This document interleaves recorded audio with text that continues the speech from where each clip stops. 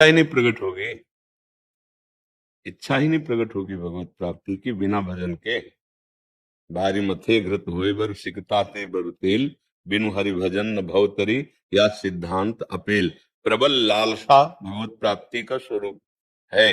पर वो प्रबल लालसा होगी कहाँ से? जब तक सब इच्छाओं का दमन नहीं होगा, समन नहीं होगा, तब तक भगवत प्राप्ति की इच्छा नहीं होगी। भोगेश्वर प्रसक्ता नाम तया प्रहृत चेतसाम, व्यवसायत्मिका बुद्धि समाधो न विधीयते। जो प्रपंच में रत बुद्धि है, जो शरीर आसक्त बुद्धि है, जो भोगों में सुख बुद्धि है, इसमें कभी ये निश्चय ही नहीं होता कि मुझे परमात्मा की प्राप्ति करनी। समाधो न विधीयते।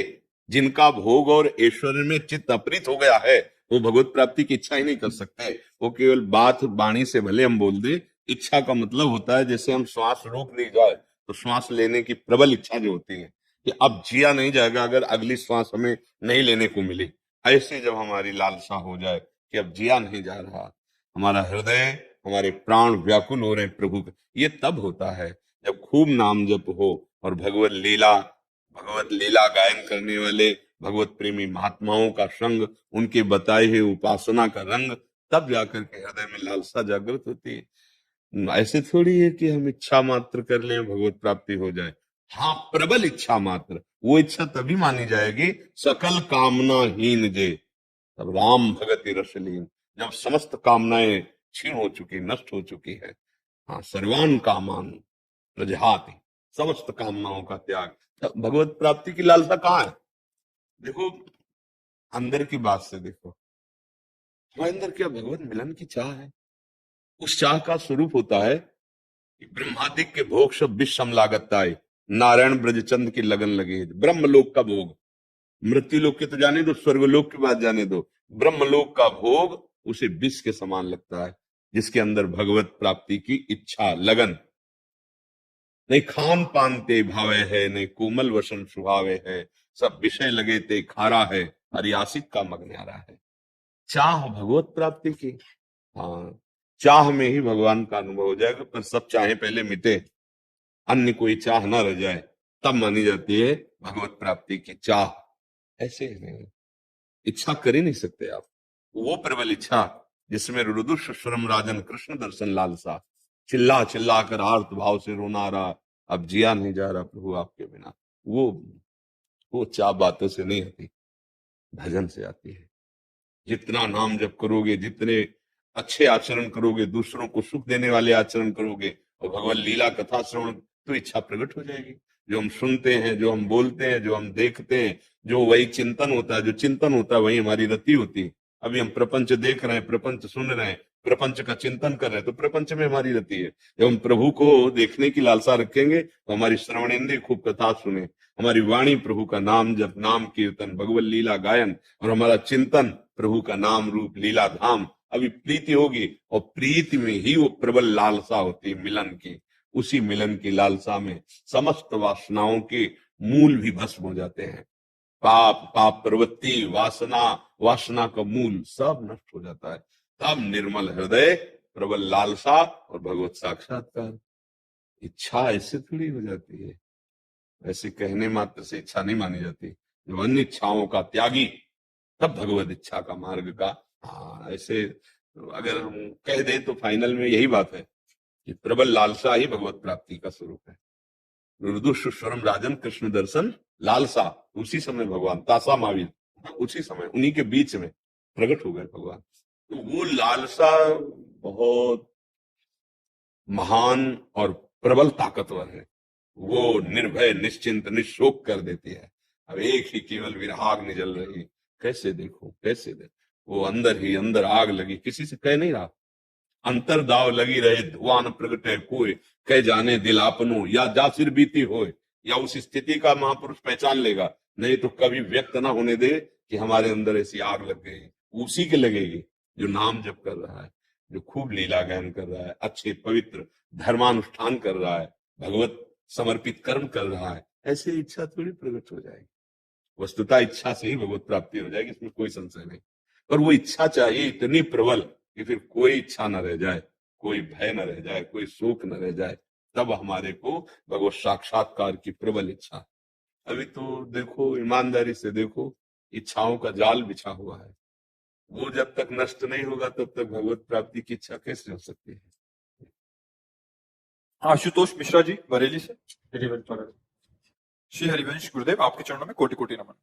गुरुदेव, मैं श्री राम जी का उपासक हूँ और उनमें अटूट प्रेम भी है। प्रभु, अटूट प्रेम शब्द मत बोलो यार, हम उनसे प्रेम करना चाहते हैं ऐसा बोलो, ठीक है? अटूट प्रेम तो बहुत बड़ी बात हो गई बच्चा, ऐसा नहीं बोलते। जिनको प्रेम हुआ भी है ना, वो भी ऐसा नहीं। हनुमान जी जैसा कोई प्रेमी होगा? विभीषण से क्या परिचय देते हैं? असमय अधम सखा सुनु मोहू पर रघुवीर। आंसू बह रहे हैं, मैं तो ऐसा अधम हूं, पर भगवान हमको बहुत प्यार करते हैं, उनकी बड़ी कृपा है हमारी। जब भगवान से मिलते हैं तो क्या कहते हैं? एक मैं मंद मोह बस कुटिल हृदय अज्ञान। कौन बोल रहे हैं? ज्ञानी नाम अग्रगण्यम बुद्धिमताम वरिष्ठम, हनुमान जी महाराज।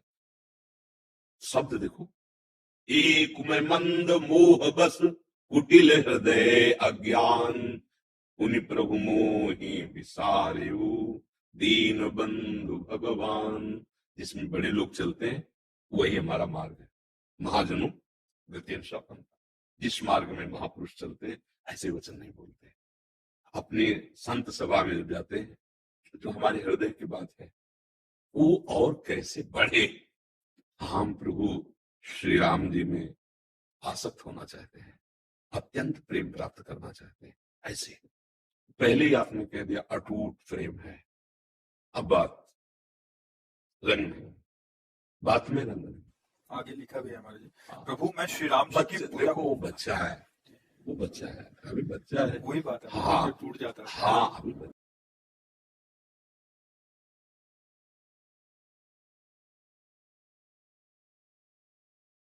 है और प्रशंसनीय है भगवत मार्ग में। उसकी वाणी पर दया, उसको सिखाया जाएगा ना। अभी बच्चा है वो, अभी इस अवस्था से बिलग जैसे 40-45 की अवस्था में फिर तब वो विचारणीय विषय होता है आपकी ऑपरेशन तगड़ा होना।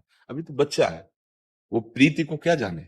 अनिर्वचनीयम प्रेम स्वरूपम सूक्ष्मतरम सकल कामना रहितम, कामना रहितम। अभी तो बच्चा है, अभी प्रेम को जान, प्रेम को मतलब प्रीति को प्राप्त हो जाने को मतलब तत्व ज्ञान से भी ऊपर की बात है। आत्मस्वरूप का बोध प्राप्त किए हुए, मतलब त्रिगुणातीत हुआ महापुरुष, वो प्रेमी होता है।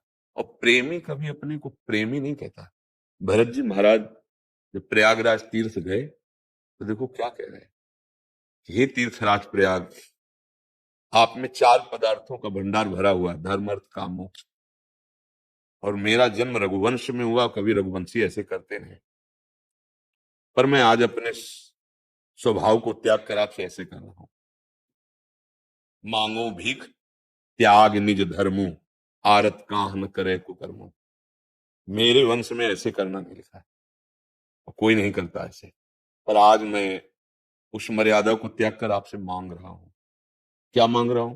बोले धर्म न अर्थ न काम रुचि, गति न चहो निर्वाण, जन्म जन्म रति राम पद यह वरदान नान।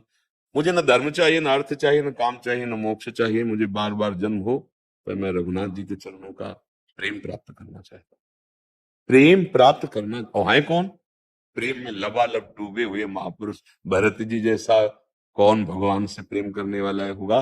गोस्वामी तुलसीदास जी लिख रहे, भरत सरिस को राम सनेही, और जग जपु राम, और राम जपु जेही।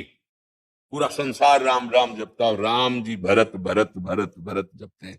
गोस्वामी जी कह रहे, भरत सरिस को राम सनेही, जग जप राम, और राम जप जय। जब भरद्वाज जी के आश्रम में प्रवेश किया भरत जी, तो बहुत सकुचा रहे, कहीं ये मान करके भगवान को वनवास देने का हेतु यही, मैं कैसे सामने ऋषि के जाऊं।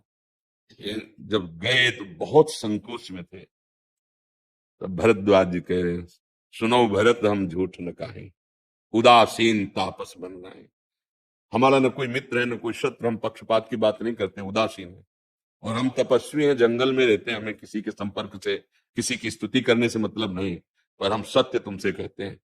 प्रयागराज में जब मैंने राम जी को स्नान करते हुए देखा, तो वो उमग उमग कर कह रहे थे, भरत भरत भरत भरत, तुम ये संकुचित मत हो, भगवान जैसे तुम प्रेम करते हो उससे अधिक भगवान तुम्हें प्रेम करते हैं। ये प्रेम हम, अटूट प्रेम हमारी वाणी से निकल जाए, कभी भी नहीं। सबरी जी जैसा कोई प्रेमी होगा, वो कह रहे हैं अधम ते अधम अधम मति नारी, अधम बोल रहे हैं अपने को, अपने को बोलना है बच्चा कि मुझ अधम को प्रभु श्री राम के चरणों में अटूट प्रेम हो जाए, ऐसा साधन बता दो, ऐसी कृपा कर दो, ऐसी मेरी चाह कर दो, ऐसे बोला जाता है। अगर हम साधु सभा में ऐसे बोलेंगे, ये तो को आप बच्चा हो तो बोल दिया, नहीं हम आपको प्रणाम करते और वाणी को मौन कर देते।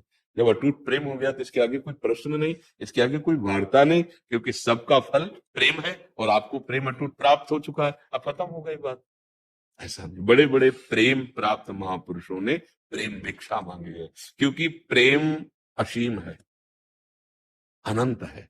तो हम उस असीम अनंत के प्रेम को जहां जहां सब सब जितने बड़े महापुरुष हुए हैं, सब अंतिम समय तक प्रभु से, गुरुजनों से, संतों से यही मांगते रहे, प्रभु की लीला कथा में अनुराग हो जाए, प्रभु के चरणों में अनुराग हो जाए, प्रभु के नाम में प्रेम हो जाए, और डूबे हुए उसी प्रेम में है। समझ पा रहे हैं आप? अब और क्या है? हाँ, नहीं बच्चा है, वो प्रशंसनीय बच्चा, प्रभु की तरफ चल रहे हो, अटूट प्रेम तो आ ही जाएगा। जब हम उनके चरणों का आश्रय लिए, उनका नाम जप कर रहे हैं, तो हमारे लिए तो हर स्थिति बनी, मनुष्य के लिए तो बनी। अच्छे चलो, कभी भाषा में अहंकार ना होना चाहिए, ये ध्यान रखना। कहीं भी बात करो तो यही दरबार दीन को आदर रीति सदा चले आई, अहंकार नहीं आना, इसमें अहम स्फुरित हो जाए। मुझे अटूट प्रेम श्री राम से है, ये अंदर का विषय है, वाणी का, वाणी से अरे कहा दो चार माला घुमा लिया, या भगवान के क्षेत्र में कोई, हम प्रेमी है, प्रेमी जन तो बड़े बड़े महापुरुष, हम तो अधम जीव हैं, लगे हैं अब कभी आप संतों की कृपा हो जाए, कभी भगवान की कृपा, वो बात अलग है। अब तो हम तो ऐसे बोला जाता है, धनी आदमी अपने धन को छुपा के बात करता है, नहीं चोर ले जाएंगे। काम क्रोध लोभ मोह मद, ये बड़े ठग हैं, फिर देखेंगे अटूट प्रेम है कि नहीं। एक झटके में, अपने लोग ऐसे बलवान है, एक झटके में मुंह भरा गिर जाएंगे। जो माया बहुबार नचावा, और जासु चरित लख काहु न पावा, शिव बिरंच का मोहई को है बपुरान, अस जिय जान भजी मायापति भगवान। अहम नहीं दैन्य, दैन्य हो जाओगे तो अटूट प्रेम हो जाएगा। अगर दैन्यता नहीं है, अहम आया तो प्रेम का परिचय ही नहीं मिलेगा। प्रभु को अहम पसंद नहीं, सुनो राम कर शहीद सुबाऊ, जन अभिमान न रखने का। समझिए।